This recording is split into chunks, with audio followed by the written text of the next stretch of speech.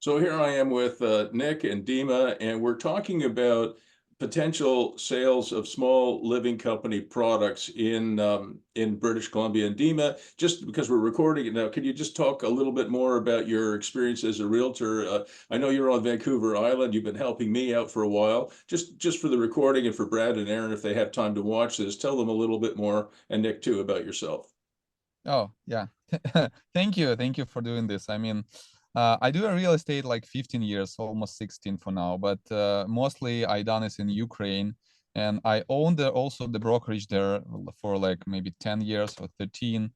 So I'm just experiencing this field, but not in Canada. And in 2019, we came in Canada in Winnipeg, and I got my first license in Canada here and after 2 years and a half, I just moved on the island and just get a two license and Winnipeg and BC there.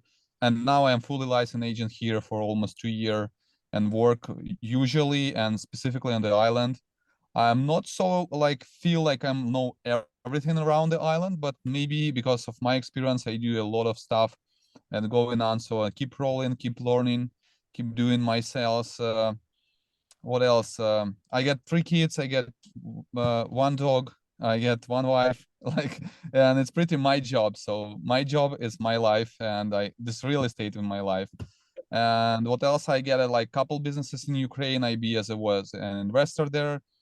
So mostly real estate here is it's just what I'm passionate about because this is area is absolutely gorgeous. Incredible. And you mentioned your one of our colleague might be on Bali, and you know what? I am on Bali now in Canada, Bali. It's unbelievable. Like today is 25, and a couple days we have a weather amazing. So like I believe that people really like to be there, and in terms of buying something small and live for a couple of weeks as a vacation, it's also make a big sense for the people who can be there year round, maybe except 1 month.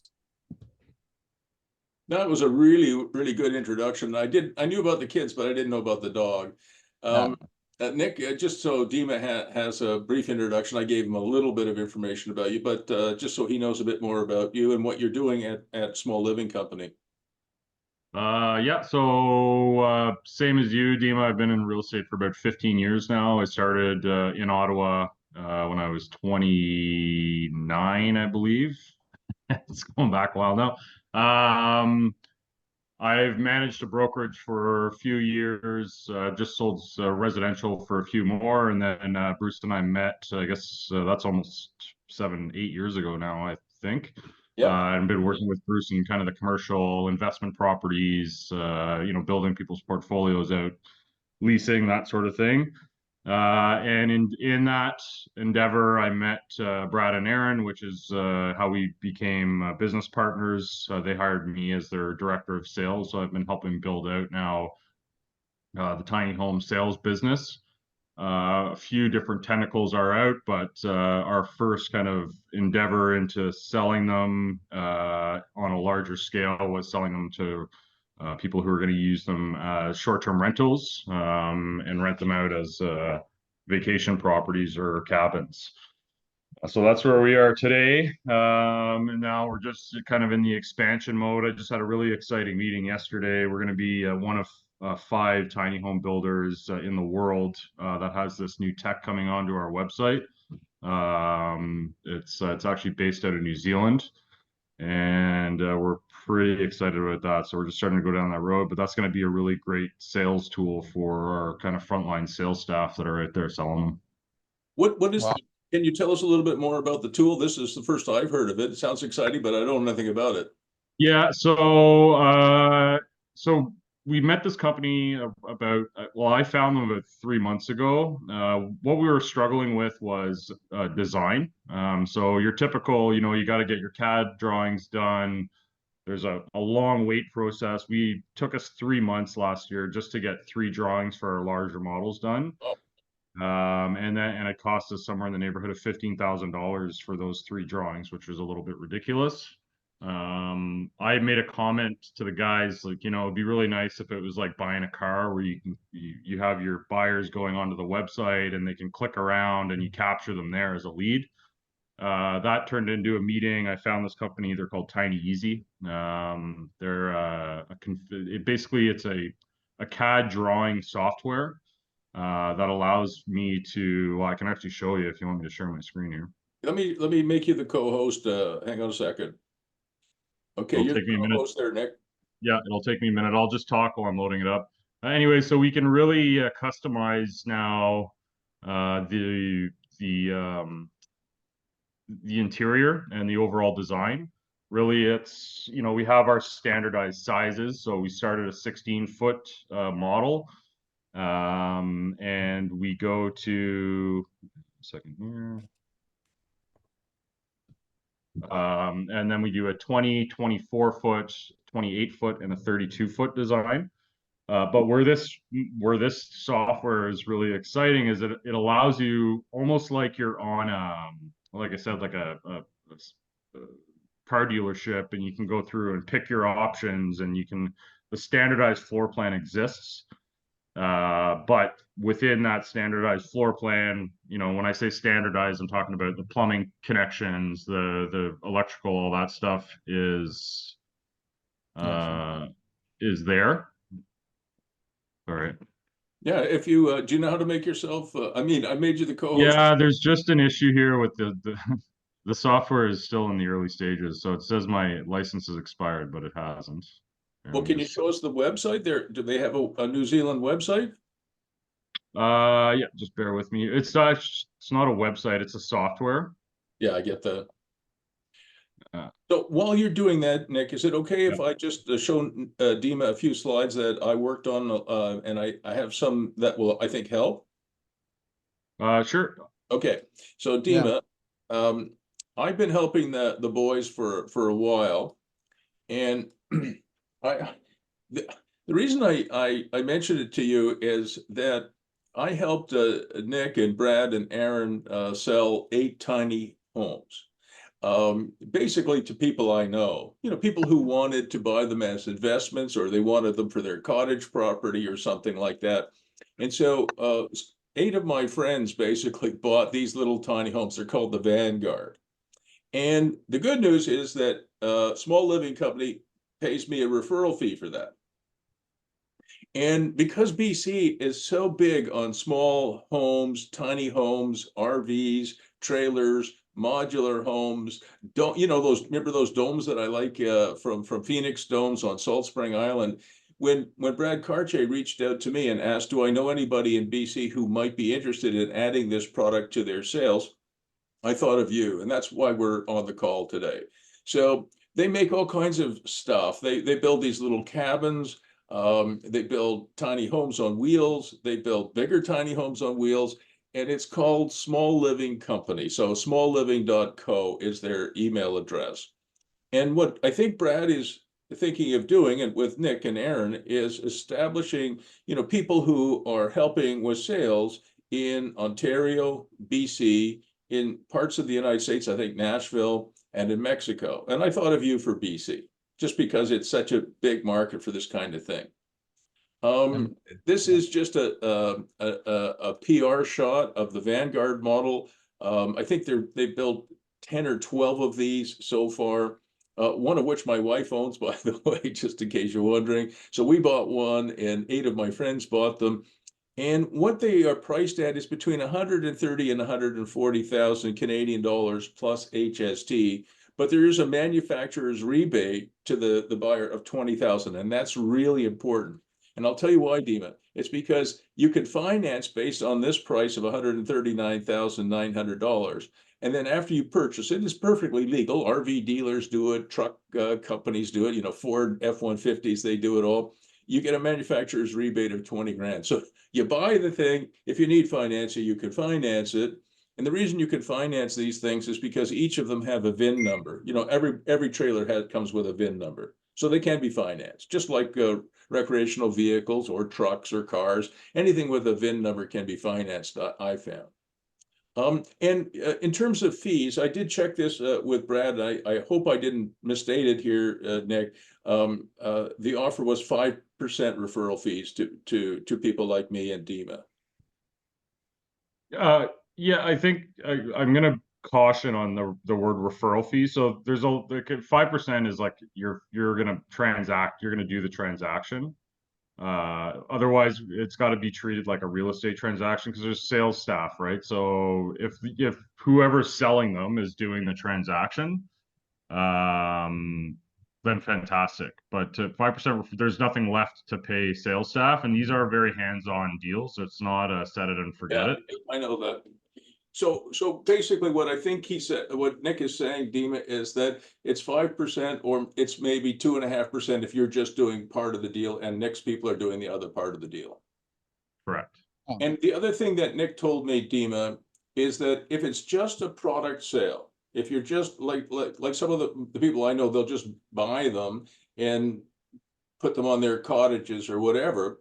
I don't think this referral fee goes through your brokerage. If it's tied to real estate and it's on MLS, obviously it goes through your brokerage. I'm not telling you what to do, but I think that, I don't know if I said that correctly, Nick.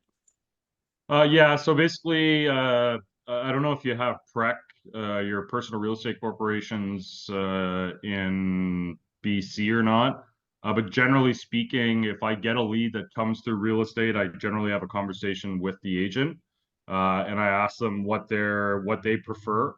If they prefer to have it go through their brokerage as a normal transaction, that's fine. But then their buyer needs to obviously understand that they're going to have to fill out buyer paperwork,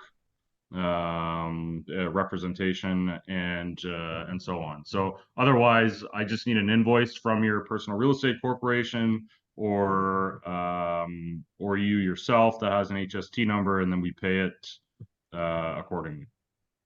Wow, amazing. So it seems like you guys ready to make a sale in BC. So let me show you that they have some other models coming. So the one, sorry, I'll go back, Dima. The one I just showed you is the Vanguard model. It's 16 feet long. This one here is called the Maple, and it's quite a bit bigger. It's 24 feet, and it is more expensive, and the manufacturer's rebate is a little bit higher. So that one's actually 28 now, Bruce. Well, you know what? I should change. That's why I needed you on this. So I'm gonna say. Well, you can see on that image there, originally we had bump outs, but we customized the trailer to just extend it. So the bump outs are actually just part of the structure now. So that brought it out 4 feet. All right. Oops. Sorry. So I'll correct my slide deck as we go. Dima, I apologize. I don't have all of the details exactly right. So I'm just changing this to Nick to say that the commissioner referral fee is less than or equal to 5%, and that's fine. People will figure it out as we go.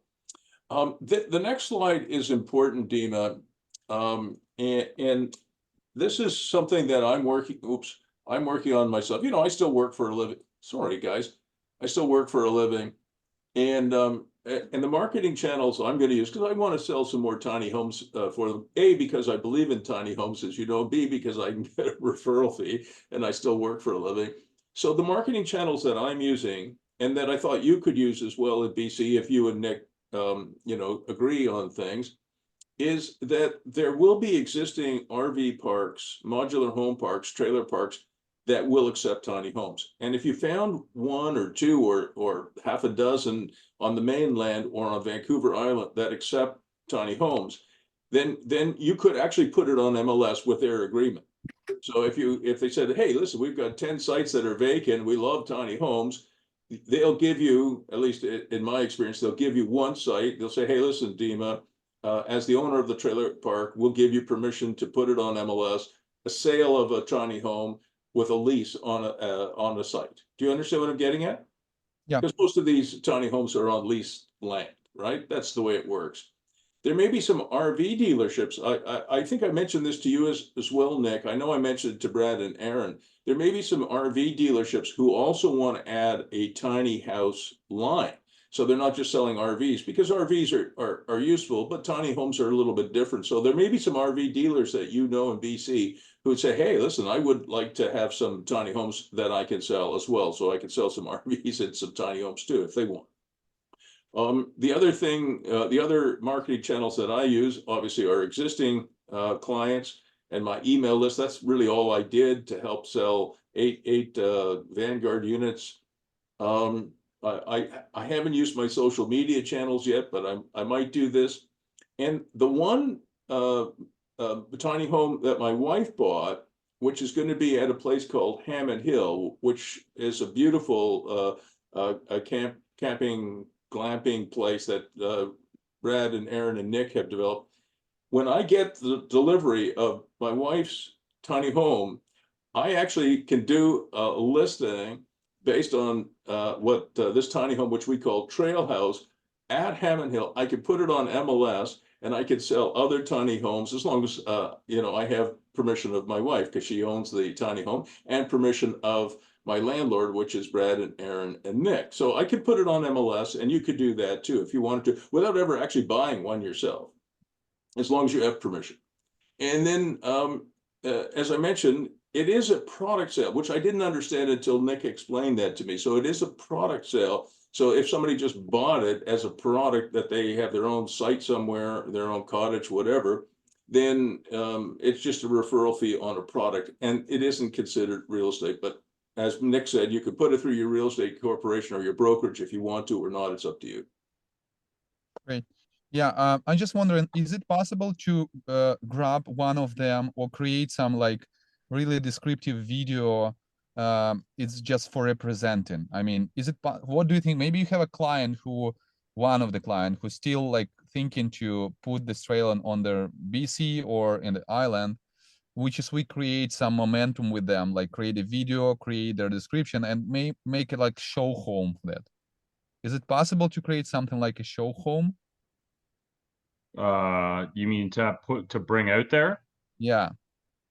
I I mean, mean, it's possible. It comes down to dollars, really. It's if we're bringing something out there, like I mean, it depends on the model, I guess, and then we'll have to figure out shipping. That's one of the kind of bigger things that we'll have to figure out on this.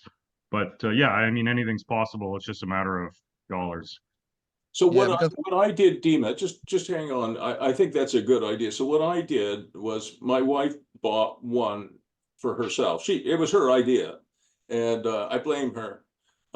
So she bought one, and that'll be sort of quote unquote my showroom. But I think what you might do, at least that's what I would do if I was out in BC, is you might find a client who wants one of these, either the Vanguard or the Maple.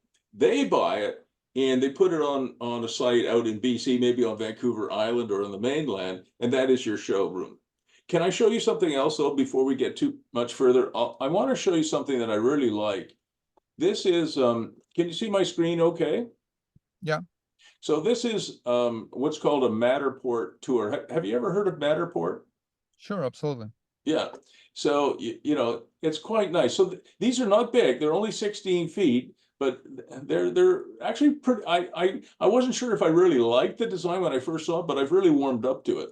So you have a sleeping area up here, and you have a sleeping area down here, right, Nick? Correct. Yep. So you have a dining area, a sleeping area, but this dining area, if I get it right, turns into a bed. I don't know if I can make it work somehow. No, I don't think it does that in that. Maybe not. It's a Murphy bed. It's a Yeah. Murphy bed. All right. Yeah. Here's your little kitchen. There's your television. Oh, that's pretty cool. Here, let's go in the bathroom. And one of the things that I think BC will really like about these units, I don't know if I can get in there, is that I think for the most part they're off grid, right, Nick? They're designed to be, yeah. And they're connected there, but they can be full solar. They're no black water because of the incinerating toilets, and then you just need a gray water management system and a holding tank. Yeah. So Dima, they are also good down to at least -20, right, Nick? Correct. All right. Well, anyway, I'm probably screwing up the tour, but you know what I'm getting at. If you go back, if you just go back, you can choose. Yeah. If you go like to the narrow back, like on the screen, yeah, and there's like couple areas you can put, like dining area, yeah, a bathroom. So you can put the bathroom now. Yeah. Yeah, like just go back, and I'm there's the screwing up. I'll tell you what I'm gonna do. I'm gonna stop sharing. And Dima, I'm gonna put the Really? Matterport tour in the chat box. I'm gonna let you do it because you'll probably do a better job than me. So I'll make you the co-host now. Yeah. Hang on. There you go. Okay, I made Dima the co-host. Oh, okay. Awesome. So and there's the Matterport tour. Yeah, so if I put the I chat, thought I did a better job with it the last time. and got it, Matterport. So do I need to share the screen? Do you want I need to share the screen? Yeah, you need to share your screen. Yeah. Yeah. Share the screen. That's perfect. Yeah, there's your screen's coming now. So yeah, here the bedroom, Yeah. and you see the bedroom upstairs. Oh, very cool. And You're if you- doing a better job. Yeah, and there's like kitchen. You can put there's like what else is available? It's just bedroom, kitchen, and dining area. And if you wanted to go in their bathroom, they need like bathroom. You know the narrow. Okay. So then you just go the bathroom. Okay, I screwed up. No worries. I mean, usually just put there's those one. And where the all those connection, where the water tank or something like with this one, is it connected in the tiny home, like inside, or it should be outside somehow, like maybe some storage or something like that, because it's -30 or -20. Yeah, so I believe. the hot water is right above the bathroom. There's a hot water on demand system. The heat pump, which is over the window there, the other piece of that is behind that bedroom wall. So Oh, you see okay. those two white doors on top? That's where the all the kind of mechanical stuff is hidden. Oh, okay. Yeah. Okay. So The only it's thing like that's outside is propane tanks, and then obviously your connections for water and that sort of thing, and gas. yeah. So Okay. if you go back to the dining room for a minute, go back to the dining room, get out of the bathroom, go back to the dining room. Yeah, go there, and then just use your mouse to turn Yeah. around, face the bathroom, and then just look up top there. You'll see two doors, two white doors on top. That's in there is like a little attic, and it's actually big enough for a man to sort of crouch down and Yeah. get in there. And I think that's where your mechanical systems are, right, Nick? Correct. Yeah. Correct. Yeah. Awesome. Yeah, it's pretty great. But I believe when you just make it around without snow, but with the mountains and view and ocean, it creates much more better view for this kind of off-grid living or Yeah. just live. I mean, Yeah. the people usually in BC like they living here, but they don't like the price for living here. So it might be a absolutely great idea for a person who just, get a free 3 months of vacation, or thinking to buy something instead of renting, or maybe they have a small lot is available for put couple tiny homes for Airbnb. I mean, now it's Airbnb really tricky for now, but maybe we can do something with those a long term, like 90 days terms. We call those medium-term rentals. Yes, it's also might be available, and it's a good idea because sometimes it might be a really great when you're just looking for something to. Sorry guys, I just need to open the windows. Yeah. And by the way, Nick, like maybe yesterday, couple days ago, my client bought a new home, and they asked me for the same what you mentioned before. There's any site when you create your style, add some title, maybe decide, do you have some chosen of the sink or color, or maybe floor color, everything can be done by email without like get in the office, get some quotes, ask for decision, change their your opinion, ask it again.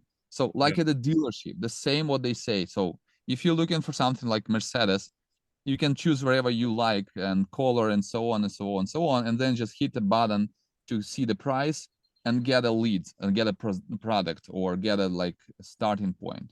Yeah. So it's really amazing. I mean, if you do something like that, you can convert it in not only in the tiny homes, because like tiny homes, it's just bathroom, bedroom, kitchen. So all those house has a bathroom, bedroom, kitchen, and maybe a couple more bathrooms or bedrooms. So it's not a big deal to convert them for like 3 bathroom, 4 bedroom, 1 kitchen or 2 kitchen, and using the same system. Yeah, so and that's, I mean, we're not quite there yet. So right now we're just, so what you have on your screen is what it spits out once you complete your design. I apologize, I'd show you the actual system, but it's just not up right now. So this is the model that Bruce was showing you there. But this plan, I sat down with the customer in my office for about 3 hours, and we built this Wow, face to face with the customer. So beautiful. these are full plans with your measurements. It even, so these here is just identifying where there's like exterior lights. This also has a full Beautiful. here. So here's just a cross section. You Wow, can that's see we did, fantastic, Nick. you know, cabinets inside all there. But the really cool thing about this system, I don't know if this version has it, it doesn't. So this actually will show full plumbing plans, full electrical plans, everything. So, and it's intuitive. So if somebody moves a great. light switch, it'll actually move the light switch for them. But the really cool thing now, from a customization perspective, if the customer goes on to the system, so this will be on our website. So customers will have the ability to click, okay, I want to go with the maple. They'll be able to go into the maple, and outside of where the walls are, they can customize it all they want. And now what happens is on the back end, we get what's called a takeoff, which you can see here, all the walls, the cladding, everything. If they change something, Fabulous.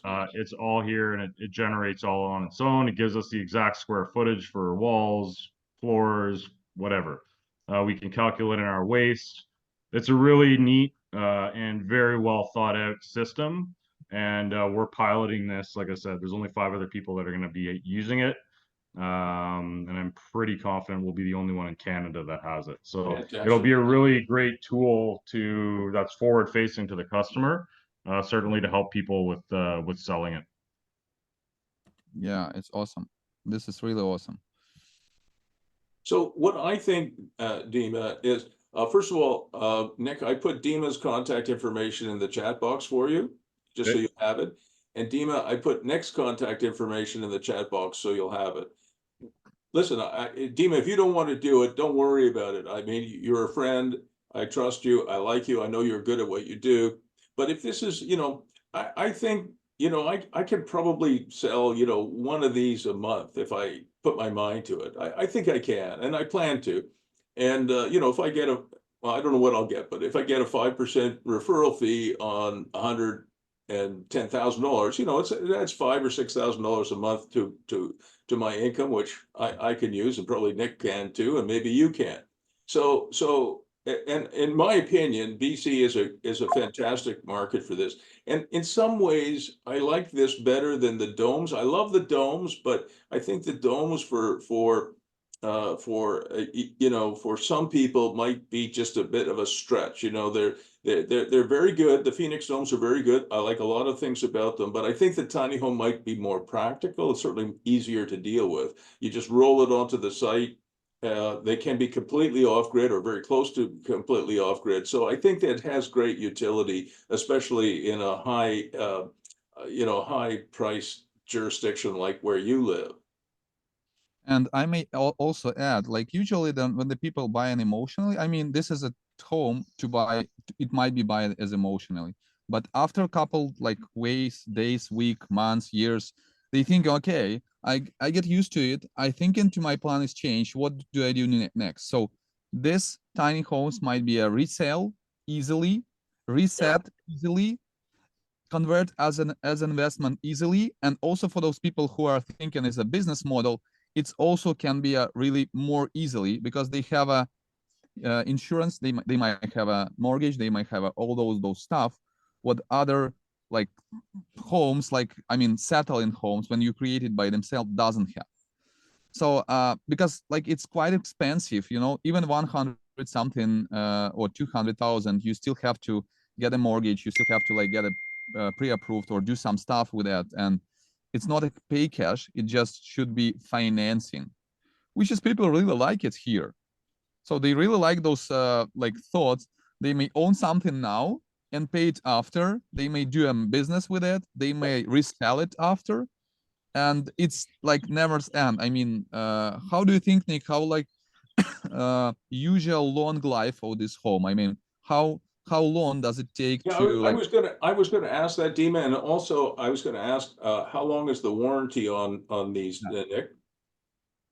So I mean, a lot of manufacturer warranty with the equipment that's inside. We're right now working on the Terrion aspect of the warranty, so it'll run along the same time periods. Currently, there's, I believe, a 2-year warranty. I don't have it off the top of my head, but I believe it's 2-year warranty on all the mechanical aspects of it that are outside of the manufacturer's warranties themselves. So, for example, the toilet has its own warranty. It's a $7,000 toilet that's in those ones. So same thing with the hot water heater and that sort of thing. No. I mean, what do you think? What if I put those trailer in their BC climate? How many Yeah. does it take to like rebuild it, make repairs, or like usable terms like of the years? Like Like because what's its lifespan? yeah, I mean, there's no real simple answer to that. I would say it's going to be the similar to any regular house. The only difference is the chassis that it's on. But those yeah, chassis are, I would argue, outside of the mechanical aspect of the wheels and the suspension, yeah, are yeah, just as stable as any foundation that you would stick a house on. And in most cases, you're going to put it on piles anyways and lift it right off of the wheels. yeah, yeah. So these chassis that we do are custom designed. The framing of the house is welded directly to it. Yeah. There's a 10-inch base that's spray foamed underneath for insulation. All the walls and ceiling are spray foamed as well on 2x4 studs. So they're I mean, if you go in one in a busy day and close the door, you can't hear the outside. So they're very Yeah. well built, and it's not going to be like an RV if you know, as an example, where after 5 years of use, it starts to look tired and fall apart. Yeah, Yeah, this one. I think that's right, Dima. I think I expect, out of the one that my wife bought, I expect a 40-year lifespan. It may be more, but I agree with Nick. I had an RV, and when it got down to -3 or -4, everything stopped working. You know, and in Ottawa, of course, is much colder than it is in BC, or at least parts of BC are much warmer. But in Ottawa, you know, we get down to -20. No, RVs are useless, and the walls are paper thin. Plus, on top of that, around 6 or 7 years in, exactly as Nick started said a few seconds ago, you know, the RV started to fall apart. We sold it.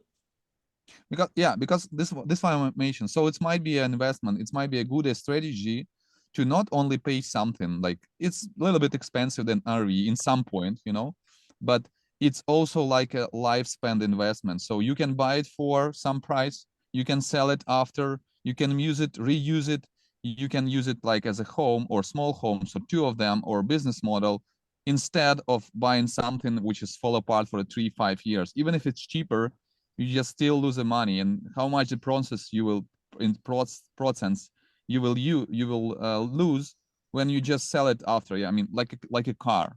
Yeah, so after 10 years it's lose like 50-30% of their value, which is might not really in this case because it's just solid home. I think, you know, I have some you know, small homes that I actually own that are very similar to this. They were tiny homes before there was such a thing as a tiny home, right? Like, Yeah, they're it's just basically sheds, you know, wood frame sheds, and yeah, the ones that I own, Dima, because I'm getting older, they are some of them, at least one of them I know is over 40 years of age.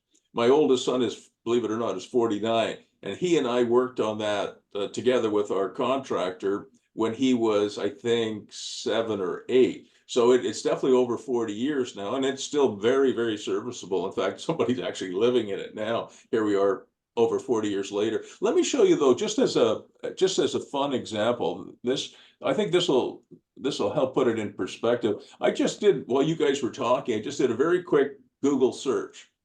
And you know, here on autotrader.ca is a is an RV. It's a 2023 RV with 11,500 kilometers. It's in Wasaga Beach, $129,900. And Yes. I don't know, maybe I'm wrong, but Nick, you tell me, or Dima, you tell me, what would you rather do? Buy something for effective price about 110,000 like the Vanguard and live in it, or something like this? I don't know. What do you guys think? It's Well, I think different. there's two very different markets, right? That's This is true. the tiny homes can't move. Like they can move, Not very technically often, though. speaking, but they shouldn't be towed around, right? They're built No. like homes. They weigh as much as a home. It just happens to be on wheels. So that would be the limitation, I think. But to your point, Bruce, I mean, even if you were to go and look at a trailer of similar size and stature that doesn't have a motor attached to it, Yeah. they're $150,000.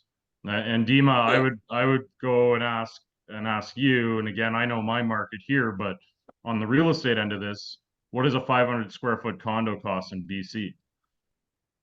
Yeah, so it's basically like around $500 per square feet at minimum. So it's like it's one bed's 500 square foot furnace. I don't believe like they used to something and just maybe you know, small living style, and it starts from 399, So 399. what, Dima, Start. one of my students, she bought a 380 square foot condo in downtown Vancouver about 5 years ago, and she paid 450 for it. Yeah. So it was less than 400 square feet, Nick, and she paid $450,000. So Yep. say it's 400 square feet and she paid 450. It's around $1,250 a square foot, and that's 5 years ago. I don't know what it would be today. It might be higher, might not be. I don't really know. But it's Dima, it's not cheap. Not really. But the people making the money of this one. So we like, if in terms of like strategy of this reselling, we might see the customer, might show the customers how to make their profit or how to make their sustainable living on this tiny home. So if it's possible, it will work. If they think the better in like put the money in their condo real estate market, they decided to put there, because like it doesn't matter how pay you are if you just doesn't get your money back. Or otherwise, if you pay close to the million but you get 2 millions after 10 years, it makes sense to grab the million just and do something with it. So if the financing strategy will work in this case, it really helps to sell it instead of just sell it as a RV, because the people who buy RV, they are a different type of model. Maybe they don't want to pay for hostels and hotels. They wanted to keep on wheels and just go in other places. They wanted to explore something.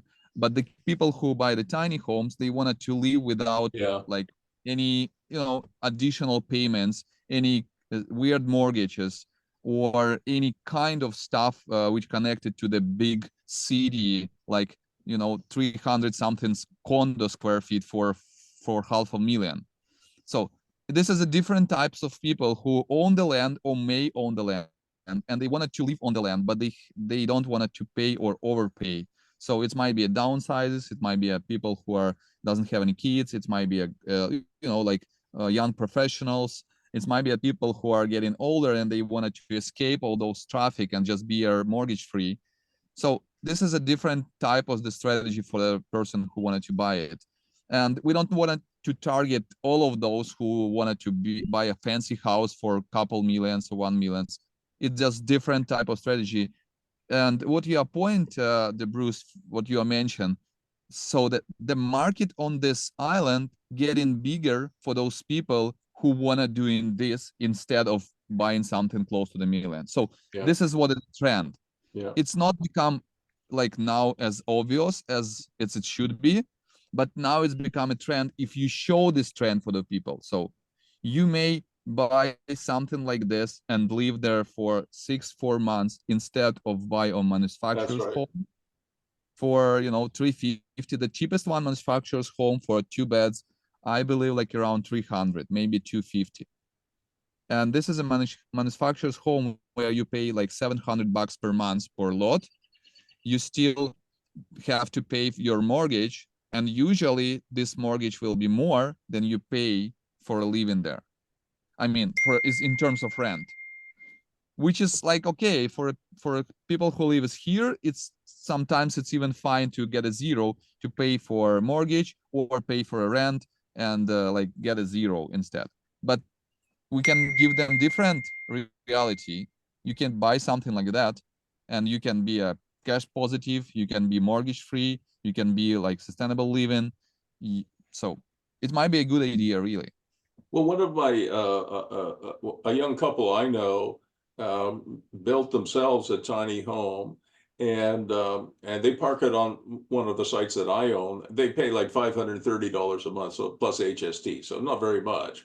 But they don't have a mortgage, and they live very, very well. I mean, they love the tiny house, and they like the site that they're on. They're next to my barn dominium, Nick. Yeah, I know. You showed me that. I I think I think, did. Dima, just to kind of, I want to kind of make a few points on what you were talking about there. So I think our market that we've identified, there's three key ones here in Ontario, and again, you're the expert out in BC, but I think in this country and even down into the States, everybody has the same problem right now. So the two of those problems are not enterprise related. So when I talk about enterprise, I'm talking about RV parks, golf courses, wedding venues, anywhere that's like basically a hotel or a commercial tourism zoning that would add these as additional revenue sources like we do at Hammond Hill, which is what Bruce was talking about earlier in the call. The other two market segments that are very, very important. The first one is first-time home buyers. So certainly in BC, I know in Ontario, and I'll speak specifically to Ottawa, your opening price point for a townhouse here, which is about 1,800 square feet, is somewhere in the $750,000 range. Yeah. So the conversations right now is you have to save for 25 years just to get a down payment, and then you're on a 40-year mortgage to pay that off. So in reality, no one really is able to end up owning a home if you're in that millennial generation or the Gen Z, was it Gen Zers or whatever the young kids coming up right now. So the reality for them is based on the income they earn, even if they both have two stable jobs, it's unlikely they'll ever get a mortgage. So we've actually, from a municipal perspective, have gotten away from calling them tiny homes. We call them starter homes. Yeah, that's good. We still build them as tiny homes, but that just allows us to sidestep the red tape, and then we take them off wheels and we stick them on piles or onto a slab foundation. Quick, easy to build, and we can get them in under 200,000, certainly under 300,000 if they're going for the bigger ones. The other key demographic, which is actually being very highly supported by municipalities, is there's 55 plus. So in our region here, it's Renfrew County, which consists of 17 municipalities. And of those 17 municipalities, they have a very aggressive goal of building 7,000 houses per year until 2030. Which is insane when you actually break the math down on that. Like it's just there's so much opportunity to sell these. We're not even worried about what our competition is doing because, quite frankly, we welcome it. But in reality, and what the municipalities are doing, some of them are offering homeowners incentive plans, which is low interest loan or low to no interest loans that are forgivable after 15 years as long as they maintain these homes on their property as affordable rent. That doesn't mean they have to be rent geared to income or any extreme, but they have to be market. They can't be jacking up the rent every year. There's also several municipalities, a couple of which we're in discussions with, that are offering to donate land to build these on. They're just going to give you the land. Like, hey, we need you to build houses. We'll give you the land if you build it, but obviously you still have to finance it and fund the whole thing, right? So that's another key demographic. for the 55 plus community. So, and I can tell you right now, my lead list for these folks that want this right now is over 50 people long. You Wow. want a house that's under 500 square feet, that's accessible, 0-step entry, roll-in showers, low light switches, all these sort of things. That's what they want. And, you know, from the listing side of it as a realtor, for me, it's like, hey, by the way, I also need to sell my giant home that I don't want to live in anymore and I don't want to cut the grass. So from on the realtor side, you're grabbing a listing, you're also helping out the buyer, and then they're not, to your point, they're not paying a mortgage because they're just using the proceeds of their sale. So, and that's where we can help, or certainly I can help you if you get into that situation, because it becomes a bit more about timing. But those are demographics. It's not even a challenge to sell it. They want it. They're willing to pay the price for it. We can get them approved for it, which is key. And then on the 55 plus community, like I said, they're sick and tired of it, of the big house and cutting grass. And 9 times out of 10, they go south for the winter anyways. So they only need to live in it for 6 months of the year. By the way, I believe the price will be different when you just mentioned about the delivery cost and some ferry cost and so on. What do you think it might cost to grab one of those, like, I mean, in different like time point time, they have a different size, but what do you think it's average it might cost to get the final results here for the person who wanted to buy here? I think and I've been thinking about this since I met with Bruce a couple of weeks ago, Bruce, I don't know if you have any feedback on this, but I think in reality, the only way to really do this effectively and efficiently is cross out the shipping and talk in terms more of the licensing. So if you purchase a tiny home from SLC, we'll have a licensed builder in that region that does the construction to our spec. We supply the drawings and everything else. But it's just basically a subcontractor that's going to be doing it in the BC region. We'll do it. And then that way we can go provincially in every province and not just on the West Coast, East Coast. It's everywhere, right? So I think that eliminates, it's the only way economically speaking to ship it because, you know, as you know, Ontario prices out here are probably a lot higher than they are in Alberta, certainly when it comes to the cost of fuel and that sort of thing. So we'll probably actually be able to save some money building them out there. I would think, anyway. I would think that that's right. If I was going to service the BC market, I would do it probably from Edmonton, or Red Deer or Calgary, not from BC. BC is they're called the left coast for a reason, Nick. Yeah. Dima knows that they're kind of crazy in BC. Their people are crazy, but Albertans, land is cheaper, energy is cheaper. I think you're right. That's the place to build them, and then shipping them from Alberta to BC is next door, right? Even if you're going to Vancouver Island, it's not the end of the world. There's lots of ferries that will take these things. Yeah. So you mentioned like it's not be like shipped as a whole home. It might be a shipped as a some parts of it, or it will be like whole part and just basically got on the wheels and just grab it there from Alberta. Well, I think you're supplying the parts, right? So you're building it on not on site per se. It's modular built, but it's built in BC. So we would have a licensed contractor out there. We already have contacts in that region from the contractor end of things, as we do in most errands, well connected in that network. So we would look at doing just third party contract, subcontracting out. So and just that way, it also expands our capacity on the manufacturing side as well. Because if Bruce sells 6 on Hammond Hill, I sell another 5 that's going to go in the development we're working on here in Pembroke, and then you sell 6 out in BC. Well, I mean, if you're building those all in the same factory, there's going to be too many delays, right? So it makes more sense on the manufacturing side to just have subs and be expanding the building capacity as opposed to trying to expand a single factory and then ship it across the country.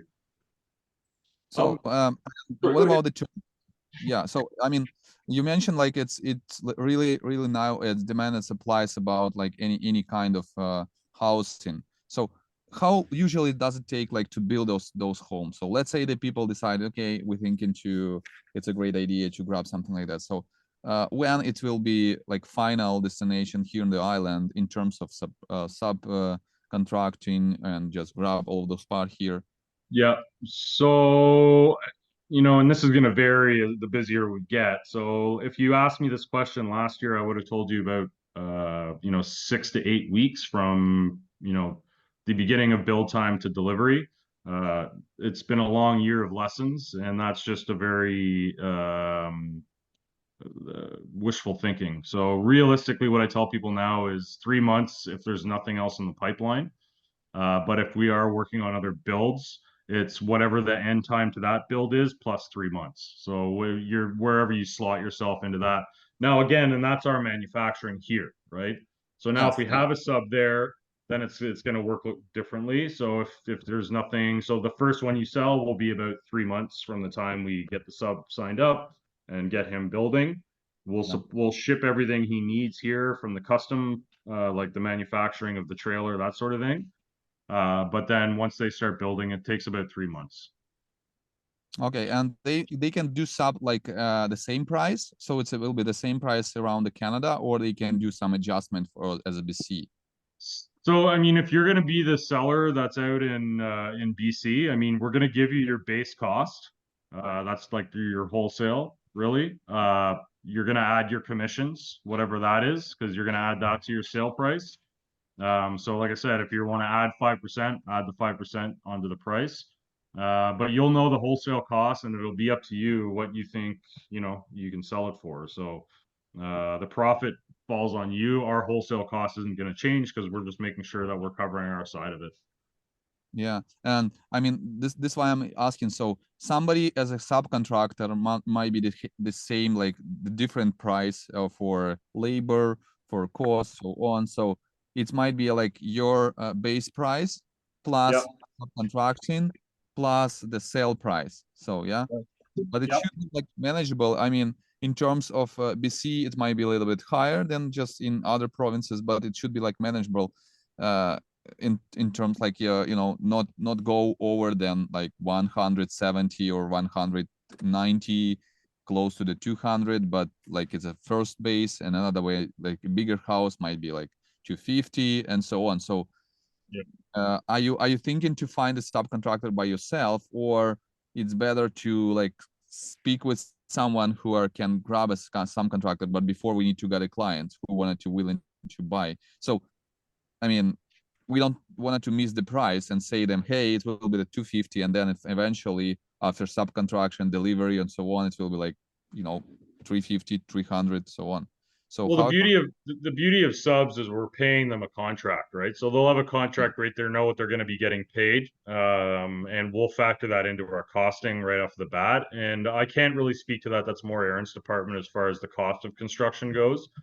I know what it costs us here, but I don't know. I would assume lumber is probably cheaper out on the West Coast than it is here because same thing, we're not having to ship it across the country. But I don't know. Again, I'm just making an assumption there.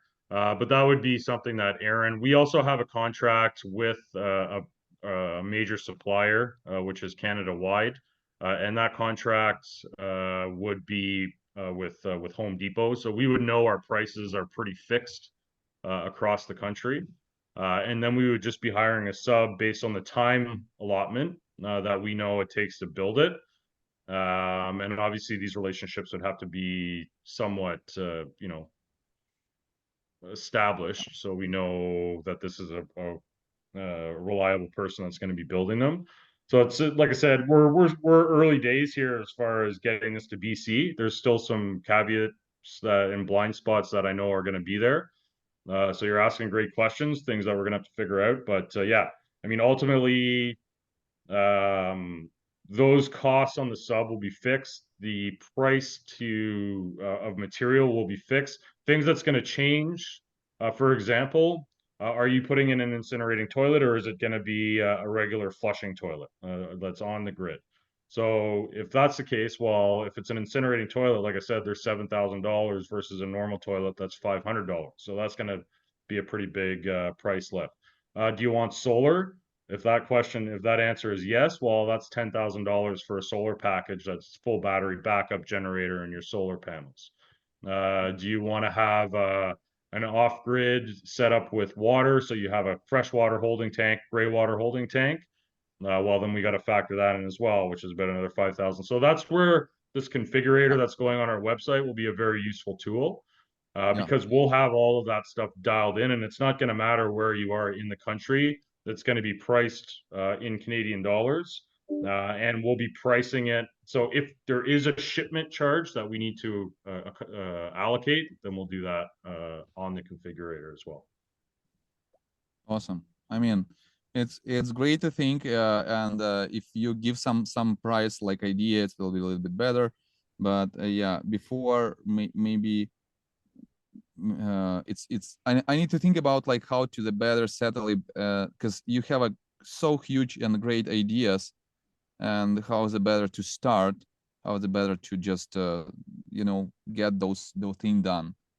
Yeah, but at least if it's possible, just send me the link with video.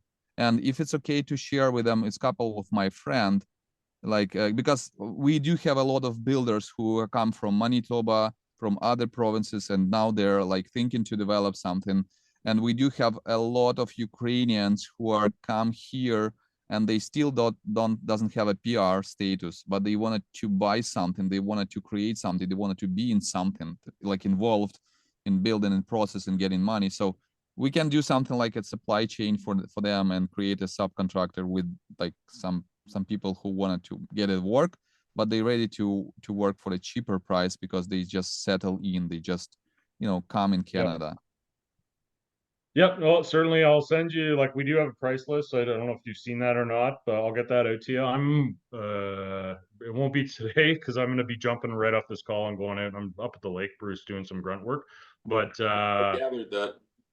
so yeah, so I will get that to you, Dima, before the end of the week. But yeah, there's lots of material there. A lot of the research has been done. I'm happy to share that with you. As far as getting you know, figuring out the channel here and how this is going to work, it's just going to be something that you and I are going to have to work on together, and figure out how we kind of, like you said, if there's people out there that need work, that's great. That tells the story well too for us. And then it gives you guys something to build out there as well, and it gives us more reach. Awesome. Yes. So is it okay if I call you this week also, if I do have a couple questions before, like because I'm still thinking about those process, like 1, 2, 3, 4, 5, and I missed some numbers for me, like 1, okay, if I get a deal, okay, 2, what kind of papers do they sign, 3, like let's say it's like building process, 4, like choosing the something like a figure out. So who can do this? Because So yeah. yeah, so, and again, one of the key things, so I just signed this up actually in the last week. We brought on a new CRM, which is called Sales Hub or HubSpot and then Sales Hub Pro. But this actually, what I'm working on right now, it'll probably be active next week, is the website will have a chatbot on it that's AI based, but it'll also have an intake form. So when you're bringing customers on, they can go onto the intake form. I spoke to Dima in BC. This is the model. They'll be able to go and select their model on whichever one they wanted, and then that dumps into the system. And then as soon as that's done, it's captured. I know it's your lead, and then we can schedule a call with the customer just to kind of go over some basics, figure out the build and the design that they're after, and then also, like I said, we'll have to bring Aaron in at some point on the construction side of it as well. Yeah, okay. So if you do have some answer, great. If you don't, just give me something like an idea, and we will see how it goes. Yep, sounds good. Thank you so much, Nick. I mean, yeah, no worries. Okay, you guys. so Dima, you know, thanks very much for spending an hour with Nick and me, and you too, Nick. Thank you for doing this. You guys have each other's contact information. You know, I don't want to be the meat in the sandwich here, Nick. You know, we're all busy, but I really like and trust Dima, and I want to help him, but I also want to help a small living company and you and Brad and Aaron. So I'll let you guys develop this relationship together. All right? Yeah, good. thank you. Yeah, I really appreciate the hour you guys spent with me. I have recorded this, Dima. Dima, I am going to share my slide deck with you, so you'll have it. Okay. thank you. Yes. Send you my slide deck. I'll send you the recording. I'll send it obviously to you and Aaron and Brad too, Nick. See you guys. Perfect. Sounds good. All right, guys, take it easy. Thank you so much, Bruce. You're doing amazing job, and like I'm always like admire you Really appreciate the time you so spent. much. Yeah, thank you. It was a great. Thank you. Bye. Victory in Ukraine. Yeah.